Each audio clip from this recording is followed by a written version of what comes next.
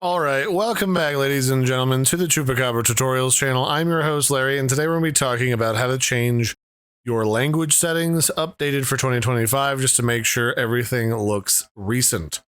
So, in the event you need to change your language because it's not correct or your buddies played a prank on you and changed it to, like, I don't know, Korean, and you're not sure where the option is, you just want to click on this little gear down here in the lower left-hand corner. Those are your personal settings.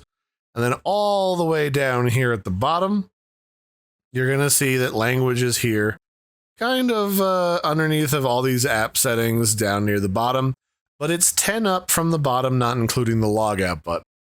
So you just count 1, 2, 3, 4, 5, 6, 7, 8, 9, 10. And that's the language settings. And this one's got pretty much every major language you could think of that has I say that, but I'm probably wrong, but it's got a lot of options here. Everything from Danish down to Korean and Taiwanese and Swedish.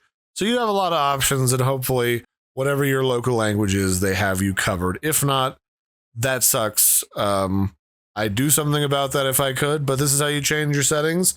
I hope you find this helpful, especially if you find yourself with the wrong language and you need to change it.